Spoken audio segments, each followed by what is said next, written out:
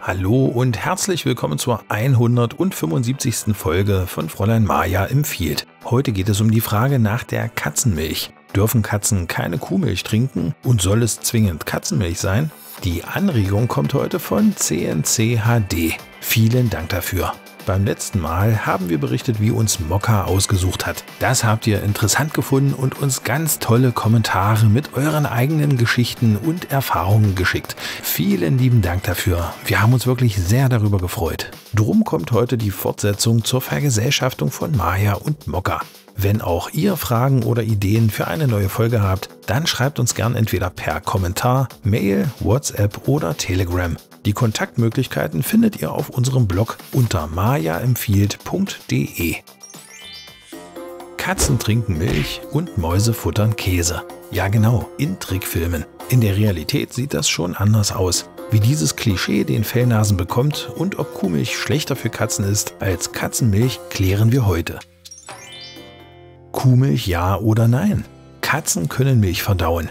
In der Stillzeit produzieren die Kätzchen das Enzym Laktase und verdauen die Laktose, den Milchzucker in der Muttermilch, problemlos. Nach der Stillzeit nimmt der Anteil der produzierten Laktase ab und sie können Laktose immer schlechter aufspalten. Trinken Katzen auf dem Bauernhof beispielsweise nach Ende der Stillzeit weiterhin Milch, Kuhmilch, so bleibt der Laktaseanteil hoch und sie können problemlos Kuhmilch ohne Verdauungsprobleme trinken. Und warum trinken Katzen Milch so gerne, wenn sie doch eigentlich gar nicht vertragen? Katzen trinken Milch nicht, weil sie den darin enthaltenen Milchzucker schmecken können. Es geht vielmehr um die sämige Konsistenz. Das ist auch der Grund, warum manche Katzen scheinbar gesüßte Milch der ungesüßten vorziehen. Der Milchzucker verleiht ihr eine unwiderstehliche Konsistenz. Außerdem können Katzen die enthaltenen Fettsäuren riechen und schmecken und finden daher das weiße Getränk so lecker, denn Kuhmilch hat einen im Vergleich zur Milch der Mutterkatze sehr hohen Fettgehalt. Trinkt eine erwachsene Katze normale Milch, ohne regelmäßig Milch vorher bekommen zu haben, so kann sie die Laktose nicht mehr verdauen. Das kann sich in Durchfall, Blähungen, Erbrechen und Bauchschmerzen äußern. Erwachsene Katzen sind also beinahe immer laktoseintolerant. Katzenmilch, ja oder nein? Katzenmilch ist von Laktose befreit. Sie wird von den Fellgummis vertragen und sorgt nicht für Verdauungsbeschwerden, aber sie ist nicht unbedingt notwendig für die Schnurrnasen. Katzenmilch ist in erster Linie lecker und ist dementsprechend kein Grundnahrungsmittel für den täglichen Speiseplan. Außerdem hat sie einen erhöhten Energiegehalt und schlägt sich bei zu reichlicher Gabe auf die Hüften nieder. Die Katze wird dick. Wann euer Stubentiger zu dick ist, haben wir in unserem Teil 82 und in unserem Blogartikel dazu erklärt. Zwar sind verschiedenen Katzenmilchsorten Taurin, Mineralien, Vitamine und Co. zugesetzt, jedoch enthält sie viel Kalorien und häufig pflanzliche Nebenprodukte. Die gesüßte Variante obendrein auch noch Zucker, der sich am Zahnschmelz der Feliden zu schaffen macht. Zum Thema Zahnpflege haben wir unseren Teil 73 gemacht, bzw. unseren Blogartikel aufgeschrieben. Schaut mal rein. Katzenmilch ersetzt kein Wasser. Trinkt eure Katze zu wenig Wasser, ist Katzenmilch keine adäquate Alternative. Animiert euren Stubentiger dann lieber mit ein paar Tricks zum Wassertrinken. Beispielsweise mehrere Trinkstellen in der Wohnung verteilt und nicht in der Nähe des Futterplatzes. Auch Trinkbrunnen oder abgestandenes Wasser können helfen, die Samtpfote zum Trinken zu animieren. In Teil 131 klären wir, was beim außergewöhnlichen Trinkverhalten der Schnurriputze zu beachten ist, bzw. im Blogartikel. Sollte die Schnurrnase grundsätzlich keine Milchprodukte bekommen? Salzfreier Kefir, Hüttenkäse und Naturjoghurt sind eine wunderbare natürliche Nahrungsergänzung, aber in Maßen. Durch die probiotischen Milchsäurebakterien wird nicht nur die Darmflora der 4 Pfotenblitze wieder auf Vordermann gebracht, sondern außerdem noch die Abwehrkräfte gestärkt. Wir geben als besonderes Leckerli und zur Stärkung des Immunsystems regelmäßig kleine Portionen Naturjoghurt. Natürlich den guten griechischen Vollfetten. Es soll ja schließlich nach etwas schmecken. Wie gesagt, in Maßen. Zu viel Fett kann Leberprobleme verursachen. Und Obacht auch beim Phosphorgehalt, der sich negativ auf die Nieren auswirkt. Wir geben einen Teelöffel pro Tag. Das wird sehr gern angenommen. Durchfall haben die Schnorris davon nicht bekommen. Im Teil 133 gehen wir ausführlich auf den Joghurt ein, beziehungsweise im Blogartikel. Katzenmilch oder laktosefreie Kuhmilch bekommen unsere Kater nicht.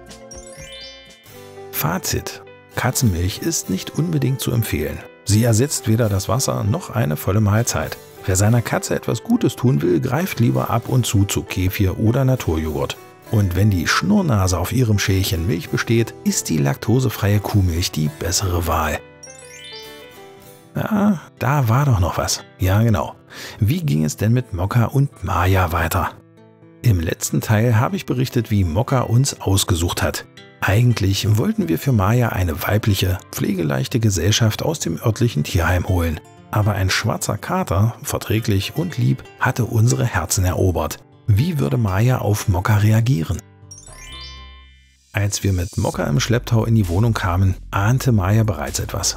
Mit riesigen Augen und gespitzten Ohren beobachtete sie die Transportbox argwöhnisch. Wir hatten mein Büro in Mokkas Eingewöhnungszimmer umfunktioniert. Er hatte Futter, Wasser, Rückzugsmöglichkeiten, ein Katzenklo und eine stabile Tür, die ihn vor der fauchenden Furie auf der anderen Seite schützte. Mokka war gleich neugierig und nicht scheu.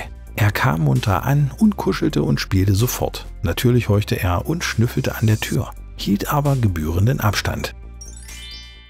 Wir machten alles getreu unserem Stufenplan. Gleichzeitige Fütterungszeiten in der Nähe der Tür, gleiche Spielzeiten, Maya als Stammkatze weiter behandelt wie bisher und regelmäßiger Austausch von Geruchsproben durch Katzendecken oder Spielzeug aus dem jeweils anderen Bereich. Und ganz viel Geduld.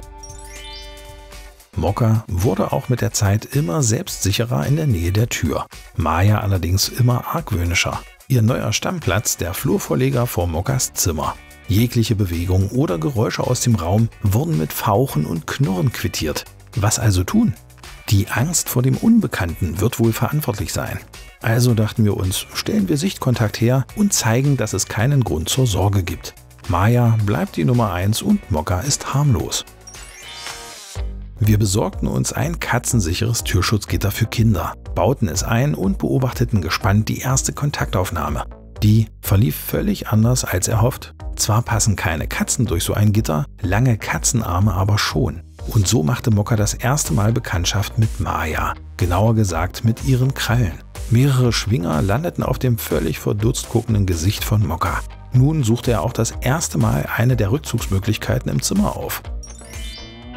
Mokka hatte sich uns ausgesucht, aber er hatte sich nicht unsere Maya ausgesucht. Wäre er freiwillig mitgekommen, wenn er gewusst hätte, was ihn erwartet? Vermutlich hätte er sich das zweimal überlegt. Die Situation brachte nach Tagen und Wochen keine Besserung. Auch der sichere Reviertausch zum Beschnüffeln der jeweils anderen Räume machte die Situation nicht besser. Mayas Stammplatz war der Flurvorleger und die Begegnungen am Gitter eine Katastrophe. Das Ergebnis von gemeinsamen Wohnungserkundungen waren zahlreiche ausgerissene Katzenhaare, ein unterm Sofa verschwundener Mokka und eine fauchende und knurrende Furie, die nur sehr entfernt an unsere Maya erinnerte. Wir waren alle verzweifelt. Maya in ihrer Wut über den Eindringling, der einfach nicht verschwinden wollte, Mokka über die kratzbürstige Katzendiva und wir durch die Situation. In unserer Not suchten wir Rat bei Tierpsychologen in unserer Umgebung. Das Ergebnis: entweder gab es keine oder zu weit weg und keiner wollte so weit fahren. Auf E-Mails wurde spät oder gar nicht reagiert. Von einem Tierpsychologen konnten wir keine Hilfe erwarten. Was also tun? Dann fiel ein Satz: Wir müssen Mokka wieder zurück ins Tierheim bringen.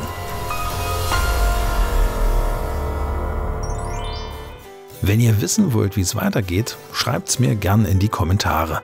Kommen wir zum Rätsel. Beim letzten Mal suchten wir, und das war wirklich richtig schwer, den japanischen Kaiser und den Papst. Dieses Mal wird's leichter, versprochen.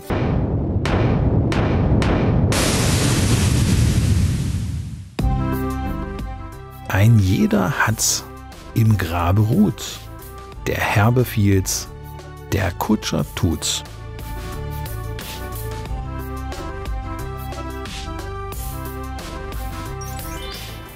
Wenn ihr wisst, was Maya sucht, schreibt's uns in die Kommentare. Die Auflösung gibt's beim nächsten Mal. Und um künftig nichts mehr von den Fellnasen zu verpassen, abonniert kostenlos unseren Kanal und aktiviert die Glocke. Bis zum nächsten Mal. Wir freuen uns auf euch.